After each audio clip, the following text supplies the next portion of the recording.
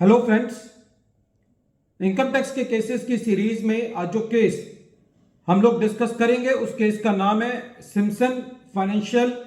Services private limited versus deputy commissioner of income tax. ये case 457 ITR page number 647 पर report हुआ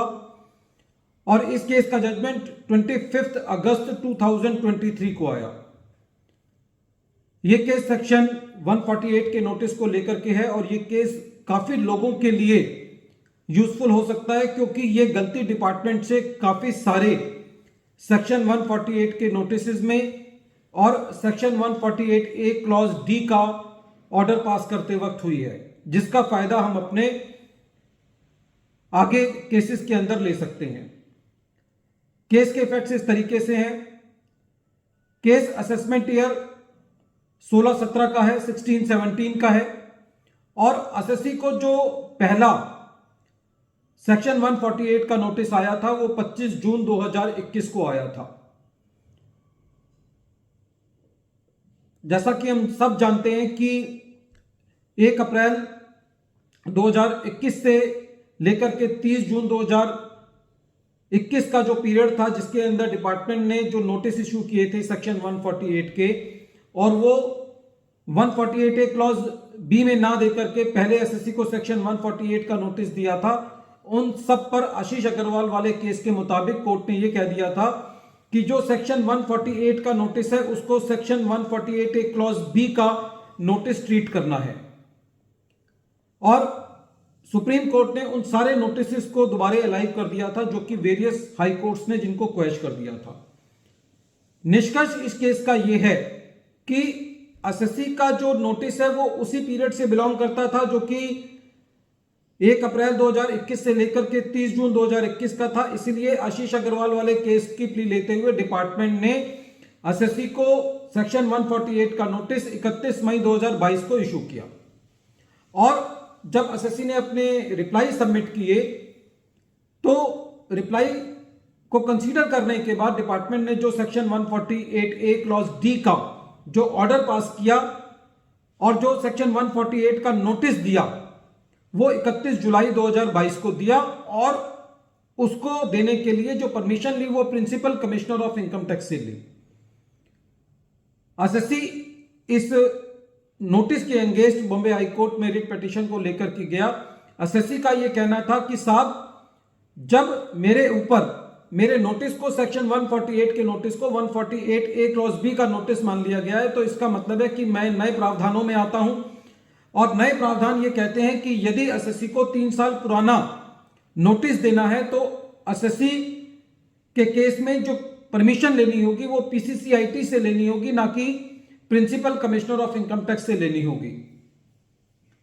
जब Bombay high court ने इस मैटर को सुना तो बॉम्बे हाई कोर्ट ने पाया कि यह असेसमेंट ईयर 16-17 का केस है। एसएससी का 3 साल 31 मार्च 2020 को खत्म हो जाते हैं, और क्योंकि एसएससी को जो नोटिस इशू किया गया है वो 31 जुलाई 2022 को किया गया है, तो ऐसे केस में एसएससी को नोटिस तो इशू किया जा सकता है, लेकिन खाली 3 साल के बाद ट्रैवल करने के लिए डिपार्टमेंट को principal chief commissioner of income tax का अप्रूवल लेना चाहिए था। अब यदि इस केस को इस दृष्टि से एनालाइज करें कि जो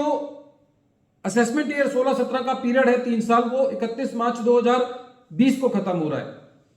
टोला के द्वारा इस विधि को बढ़ाकर के, इस टाइम विधि को बढ़ाकर के